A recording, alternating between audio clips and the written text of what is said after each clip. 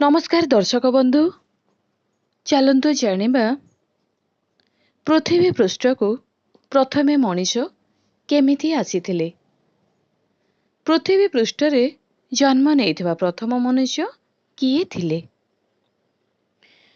तेबे दर्शक बंधु, आजिर मानव सभ्यता बहुत सफलता अर्जन करि चलिछि। विज्ञान द्वारा बहुत प्रकारर रिसर्च करिछु। विज्ञान जरिया वैज्ञानिक माने जानिबाकू चाहुछन्ति कि एही विशाल संसार को किए बनेइथिले। संसार रे प्रथमे मनुष्यर जन्म केमिति होइथिला, किंतु एबे पर्यंत मध्य वैज्ञानिक मानकू ए संपर्क रे सेपरि किछि खास प्रमाण मिली पारि नाही।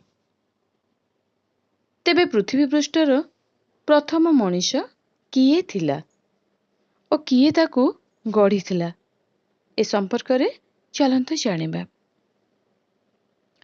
हिंदू मान्यता अनुसार संसार को ईश्वर ही बनैचंती। केमिति मनुष्य जातिर जन्म हैला और केमिति से पृथ्वी पृष्ठ को आसी बास करथिले, ये हेउची गोटे गुरुत्वपूर्ण प्रश्न। तेबे एठारे बड़ कथा हेउची कि पृथ्वी पृष्ठ रे मनुष्य को किए बनेइले। हिंदू धर्म अनुसार संसार रे सर्वप्रथमे जन्म नेइथिबा प्रथम मनुष्य थिले। सेथिपई प्रथम मनुष्य मनु थिले। सेथिपई भारतीय सभ्यता रे मनु को प्रथम मनुष्य मना जाय थाए। सेहिपरि पश्चिम सभ्यता रे आदाम दुनिया को आसीथिबा सर्वप्रथम मनुष्य मानुचंती, जहा परे मनुष्य जातिर आरंभ हैला।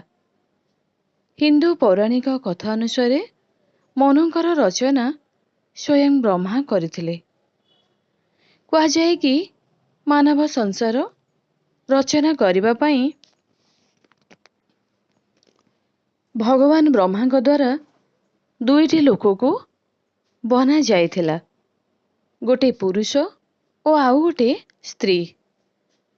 मानव संसार आड़कू आगकू बढ़ाइबा पई पुरुष सहित स्त्री रचना करिबा मध्य जरूरी थिला। सेथिपई ब्रह्मांक द्वारा गढ़ा जाइथिबा प्रथम पुरुष मनु और प्रथम स्त्री शतरूपा थिले। एही दुई जनक ठारू अन्य मानव जातिर उत्पत्ति हेला। एही प्रकार ब्रह्मा मानव जातिर रचना करथिले। सेमाने ही आमर पूर्वज और आमे तांको भविष्यतर पीढ़ी। संसार को आसीथिबा सर्वप्रथम मनुष्य मनु थिबारु एही जातिर नाम मानव पीढ़ी रखा जायथिला। प्राचीन कथावस्तु अनुଯାयी गोटे समय थिला जेतेबेले भगवान ब्रह्मदेव और असुर तथा पितृंक निर्माण कला परे शक्तिहीन होई पड़िले। से बुझी पारु नथिले कौन कले तांको मन और मस्तिष्क को शांति मिली पारिबो। से समय रे ब्रह्मा किछि कामरे व्यस्त थिले। हठात तांको भितरे एक काया उत्पन्न होई तांको सामना रे आविर्भाव हेला। ब्रह्मा ताकू देखि आश्चर्य हेले, कारण से किछि मामूली काया नथिला। से पूरा तांको भଳି देखिबाकू थिला। एही छाया संसारर प्रथम मनुष्य थिला, जे मनु नामरे परिचित थिला। भगवान ब्रह्मांक द्वारा गोटे स्त्री शतरूपार ही रचना करथिले। पुराण अनुसार मनु और शतरूपांक परे भगवान ब्रह्मा तांको मानवीय संस्था को स्थापन करिबा पई आदेश दिया जायथिला।